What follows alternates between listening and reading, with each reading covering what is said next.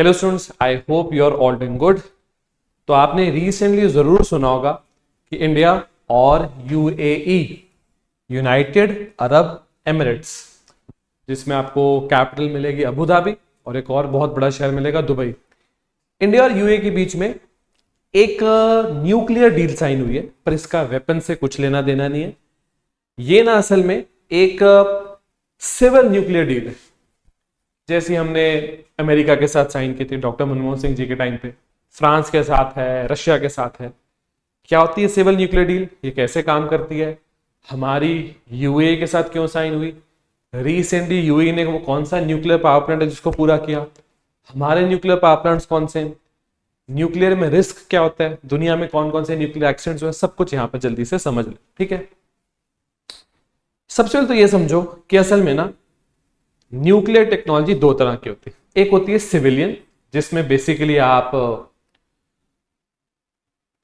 Electricity वगैरह produce करते हो अपने न्यूक्लियर पावर प्लांट से। हमारे पास बहुत सारे हैं, आगे मैप पे दिखाता हूं। एक होती है डिफेंस, जिसमें आप वेपन्स वगैरह बनाते हो। देखो डिफेंस न्यूक्लियर तो अब डिस्कस भी बहुत कम ही किया जाता है, उस पर कोई एग्रीमेंट्स वगैरह नहीं होते। सिविलियन पे ज्यादा होते हैं इलेक्ट्रिसिटी प्रोड्यूस करने के लिए। ठीक है, ठीक है, आई होप ये आपको क्लियर हुआ। अब 2015 में जब प्राइम मिनिस्टर की विजिट थी यूएई की, तब दोनों कंट्रीज ने, इंडिया और यूएई ने, ये एग्रीमेंट आगे बढ़ाया था कि न्यूक्लियर एनर्जी को पीसफुली यूज करेंगे, वेपन वगैरह ये सब नहीं करेंगे। ठीक है, वैसे तो न्यूक्लियर एग्रीमेंट के अलावा हमने यूएई से ये भी बात करी कि आप हमें एलएनजी सप्लाई करोगे, क्योंकि फ्यूचर में पेट्रोल, डीजल, कोल ये सब डाउन करके एलएनजी, नेचुरल गैस का इस्तेमाल बहुत ज्यादा किया जाएगा। अच्छा फ्यूल है, पोल्यूशन कम करता है। तो सिविल न्यूक्लियर डील में है क्या कि एक दूसरे के न्यूक्लियर पावर प्लांट्स को और अच्छी टेक्नोलॉजी देंगे, न्यूक्लियर फ्यूल, यूरेनियम वगैरह प्रोवाइड करना होगा, उसमें मदद करेंगे, और जो भी असिस्टेंस दी जा सकती है उसमें एक दूसरे की हेल्प करेंगे। ये होती है बेसिकली सिविल न्यूक्लियर डील। ठीक है, हमने ऐसी फ्रांस, रशिया, यूएस, जापान, इन सब के साथ भी साइन की हुई है। अब रिसेंटली यूएई ने क्या बनाकर पूरा कर दिया, उन लोगों ने बना दिया बराक न्यूक्लियर पावर प्लांट। ये जो पावर प्लांट है पूरे अरब वर्ल्ड का पहला न्यूक्लियर पावर प्लांट है। यूरेनियम वगैरह यूज करते हैं और न्यूक्लियर रिएक्शन कराते हैं, हीट निकलती है, उसके वाटर को स्टीम में कन्वर्ट करते हैं, स्टीम का प्रेशर बढ़ाते हैं, बहुत ही हाई प्रेशर पे स्टीम को टरबाइन पे हिट करते हैं, टरबाइन घूमता है, उसमें डायनामो लगा होता है, वो रोटेशनल एनर्जी को इलेक्ट्रिक एनर्जी में कन्वर्ट करता है, बिजली बन जाती है। बची हुई जो स्टीम होती है उसको क्या करते हैं, बची हुई स्टीम को ना इस तरह के जो कूलिंग टावर उसमें रिलीज कर देते हैं ताकि वो कूल डाउन हो जाए। ठीक है, इस तरह से बिजली बनती है न्यूक्लियर पावर प्लांट।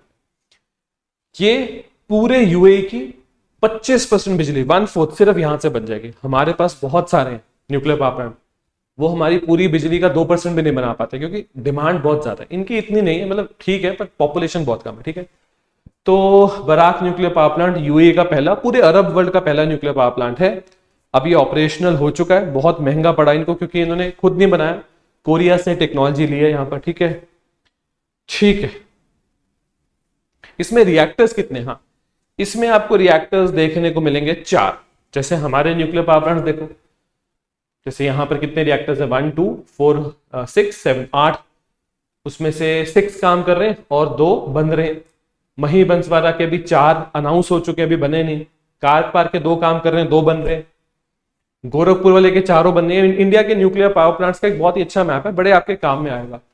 एक गोरखपुर वाले पे तो एग्जाम में एक क्वेश्चन भी आया था कि गोरखपुर न्यूक्लियर पावर प्लांट कौन सी स्टेट में, हरियाणा में। ठीक है, देख सकते हो, आराम से पॉज करके सारे न्यूक्लियर पावर प्लांट्स को देख लो, कौन से ऑपरेटिंग है, कौन से अंडर कंस्ट्रक्शन है, कौन से आगे जाके बनेंगे, ये भी देख लो।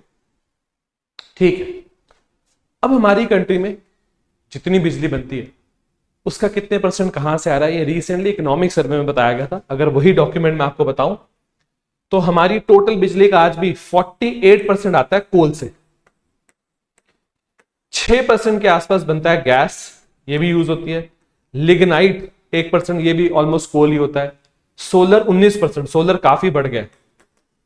बायो वगैरह से 2%, विंड भी अच्छा हो गया 10%, विंड आ गया 10% पे। स्मॉल हाइड्रो 1%, लार्ज हाइड्रो 11%, मतलब डैम वगैरह से 12%। न्यूक्लियर अभी सिर्फ 2% पे, पर अब न्यूक्लियर बढ़ेगा। और डीजल से 0%, बहुत कम बिजली डीजल से बनती है। तो न्यूक्लियर का 2% बढ़ेगा। क्या क्या कम होगा, कोल कम करना पड़ेगा, गैस कम करनी पड़ेगी, लिग्नाइट कम करना पड़ेगा, सोलर और बढ़ेगा, बायो बढ़ेगी, विंड बढ़ेगा, स्मॉल हाइड्रो, लार्ज हाइड्रो। ठीक है, ये सब बढ़ेंगे, ये सब कम होंगे। न्यूक्लियर बढ़ेगा, बहुत सारी कंट्रीज न्यूक्लियर से जुड़े हुए जो कंसर्न्स है उनको लेकर शायद पीछे हट जाए, इंडिया नहीं, हम तो और आगे बढ़ेंगे अभी। ठीक है, क्या दुनिया में न्यूक्लियर डिजास्टर हुए? Of course, Chernobyl, Fukushima, 3 mile, बहुत सारे। पर ऐसा नहीं कि टेक्नोलॉजी खराब थी। कहीं जब फुकुशिमा में एक सुनामी ने हिट किया न्यूक्लियर पावर प्लांट, चीजें फेल कर गई। चेर्नोबिल में तो एक बहुत इंटरेस्टिंग एचबीओ पे सीरीज है, आप उसको देखो, आपको पता लगे कैसे इंसान ने क्वालिटी कम करी और उसकी वजह से एक ऐसा अननोन फैक्टर निकल आया जिसके बारे में कोई नहीं जानता था। हमारा न्यूक्लियर प्रोग्राम अभी तक तो बहुत सेफ रहा है, कोई ऐसी प्रॉब्लम नहीं आई और आगे भी सेफ ही चलेगा। ध्यान देते हैं, हमारे साइंटिस्ट एक्सपर्ट हैं। शायद सबसे बुरा न्यूक्लियर डिजास्टर था चेर्नोबिल, ये सारा यूरोप है और देखो चेर्नोबिल की रेडिएशन कहां कहां तक फैल गई थी। मतलब सोचो, चेर्नोबिल है कहां? आज के यूक्रेन में। कहां? यूके तक रेडिएशन पहुंच गई थी उसकी, बहुत डेंजरस था। ठीक है, तो इसके साथ मैंने आपको एक शॉर्ट सी वीडियो में सिविल न्यूक्लियर डील क्या होती है वो बताया, इंडिया की जो यूए के साथ है डील उसके बारे में बता दिया, हमारे न्यूक्लियर पावर प्लांट्स कहाँ कहाँ हैं, और दुनिया में न्यूक्लियर डिजास्टर्स क्या हो चुके हैं, हमारे यहाँ कोई नहीं हो चुका, तो हम तो न्यूक्लियर एनर्जी में आगे ही बढ़। ठीक है, ऐसे ही और टॉपिक्स पे मैं आपके लिए जल्दी वीडियो लाता रहूंगा। तब तक के लिए thank you and have a very successful day. Thank you students, thank you.